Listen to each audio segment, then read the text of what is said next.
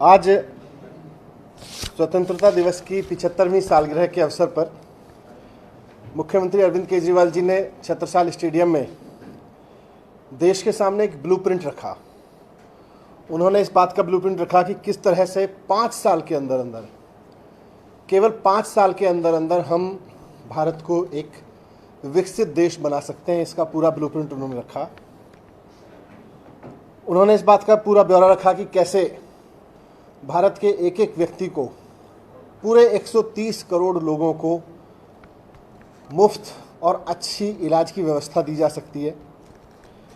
उन्होंने इस बात का ब्यौरा रखा कि कैसे 5 साल के अंदर अंदर 27 करोड़ बच्चे, आज पूरे देश में सारे स्कूलों में मिला के 27 करोड़ बच्चे हैं, तो पूरे देश के 27 करोड़ बच्चों को कैसे अच्छी शिक्षा दी जा सकती है, शानदार शिक्षा दी जा सकती है और मुफ्त शिक्षा दी जा सकती है।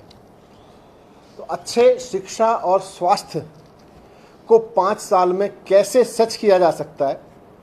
और जब वो रख रहे थे तो ऐसा नहीं है कि बातें कर रहे थे, दिल्ली में करके दिखाया है, उसके अनुभव के आधार पर रख रहे थे। उन्होंने कहा कि भारत तभी नंबर 1 बनेगा जब हम भारत के हर एक बच्चे के लिए अच्छी शिक्षा की व्यवस्था कर लेंगे, मुफ्त शिक्षा की व्यवस्था करेंगे। दुनिया के सारे विकसित देश यही करते हैं। जब हम अपने हर एक नागरिक के लिए, 130 करोड़ लोगों में से हर नागरिक के लिए अच्छी और मुफ्त स्वास्थ्य व्यवस्था कर लेंगे। आज प्रधानमंत्री जी ने लाल किले से भी 2 बातें रखी कि भारत की सोसाइटी को एस्पिरेशनल सोसाइटी बनाना है और भारत को विकसित देश बनाना है। मैं कहना चाहता हूं प्रधानमंत्री जी, अगर हर बच्चे को अच्छी शिक्षा नहीं मिलेगी तो एस्पिरेशनल सोसाइटी नहीं बन सकती।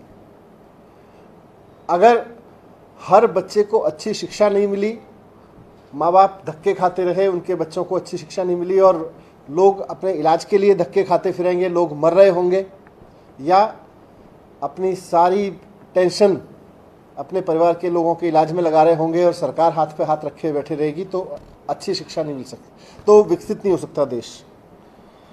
तो आज मैं प्रधानमंत्री जी से इस अवसर पर, जब उन्होंने भी एस्पिरेशनल और विकसित देश बनाने की बात की है, मुख्यमंत्री अरविंद केजरीवाल जी ने भी एक पूरा ब्लूप्रिंट रखा है कि कैसे 5 साल के अंदर अंदर एक विकसित राष्ट्र की आधारशिला रखी जा सकती है। 5 साल के अंदर अंदर कैसे हर बच्चे के लिए शिक्षा और हर व्यक्ति के लिए अच्छे इलाज की व्यवस्था की जा सकती है। मैं प्रधानमंत्री जी से 2 गुजारिश करना चाहूँगा इस सालगिरह के अवसर पर।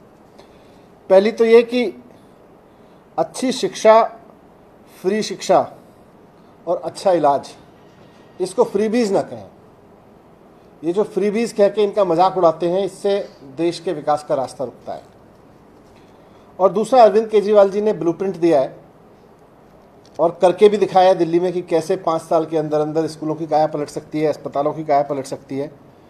तो राजनीति को किनारे करके अरविंद केजरीवाल जी के साथ मिलके, उनके साथ डिस्कस करके इसको अमल में लाएं। आज आप देश के प्रधानमंत्री हैं।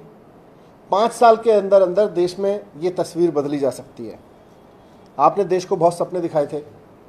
आपने किसी समय सबको घर देने की बात कही थी, आपने कभी बुलेट ट्रेन चलाने की बात कही थी, आपने फार्मर्स की इनकम दोगुनी की बात कही थी। आज आप अपने लाल किले के भाषण में उसमें से किसी पे बात नहीं कर पाए, क्योंकि अमल में नहीं आई चीज़ें।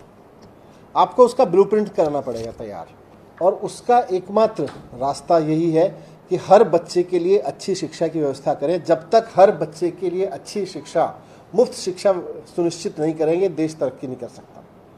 तो मेरी हाथ जोड़ के उनसे यही विनती है कि राजनीति को किनारे करके, दिल्ली ने करके दिखाया है, आप आगे आए, एक कदम बढ़ाएं और अरविंद जी के साथ मिलके इस पूरे ब्लूप्रिंट को अमल में लाएं। आपका भी नाम होगा, देश का नाम होगा, देश के बच्चों का भविष्य सुधरेगा। Thank you. मनीष जी, जब आप 5 साल की बात कर रहे हैं तो ये भी समझा जाए क्या कहीं एक दूसरे विकल्प के तौर पर भी लोग दूसरी पार्टियों को देख रहे हैं, तो क्या ये 2024 की भी तैयारी है?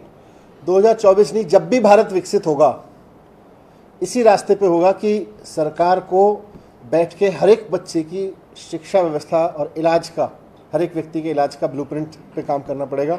अभी तक उस पर काम हो नहीं रहा देश में। पीएम मोदी ने भी परिवारवाद का जिक्र किया, आम आदमी पार्टी भी परिवारवाद का जिक्र करती है।